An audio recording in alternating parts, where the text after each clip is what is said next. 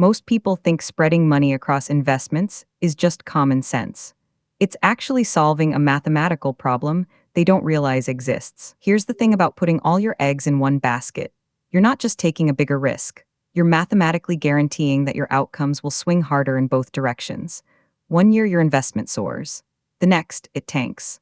That wild ride isn't just uncomfortable, it's a measurable problem called volatility, and it compounds over time in ways most people never calculate. Exhibit 1. Imagine two investment portfolios over 20 years, both averaging 8% annual return. One holds a single stock, the other holds 30 different stocks, bonds, and other assets. The single stock will have years where it jumps 40% and years where it falls 35%. The diversified portfolio? More like plus 12%, minus 4%. Same average return. Completely different ride. Exhibit 2. When one asset class crashes, the others often don't crash at the same time. When stocks fell hard in 2008, bonds actually gained value. When tech stocks tanked in 2022, energy stocks climbed. This isn't luck. Different markets respond to different economic conditions.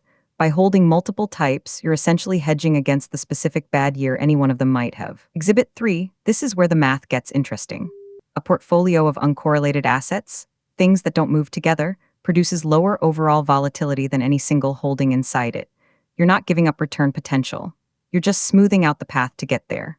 Lower volatility also means you're less likely to panic sell during downturns, which historically is where most people lose real money. The catch: diversification only works if you actually own different things. Owning 5 tech stocks isn't diversification, they'll all move together. Real diversification means mixing asset classes, stocks, bonds, maybe real estate or commodities, different sectors, different geographies, different things that respond to different economic signals. So here's what's actually happening when diversification works. You're trading the possibility of a home run for the probability of steady, less volatile growth. You're reducing the chance of a catastrophic loss. You're mathematically lowering the volatility of your overall outcomes. That's the mechanism. That's why it exists.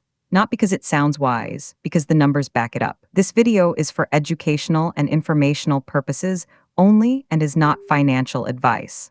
Always do your own research. If you want to understand the mechanics behind financial concepts rather than chase the headlines, subscribe. New breakdowns of how money actually works arrive weekly. This video is for educational and informational purposes only and is not financial advice. Always do your own research.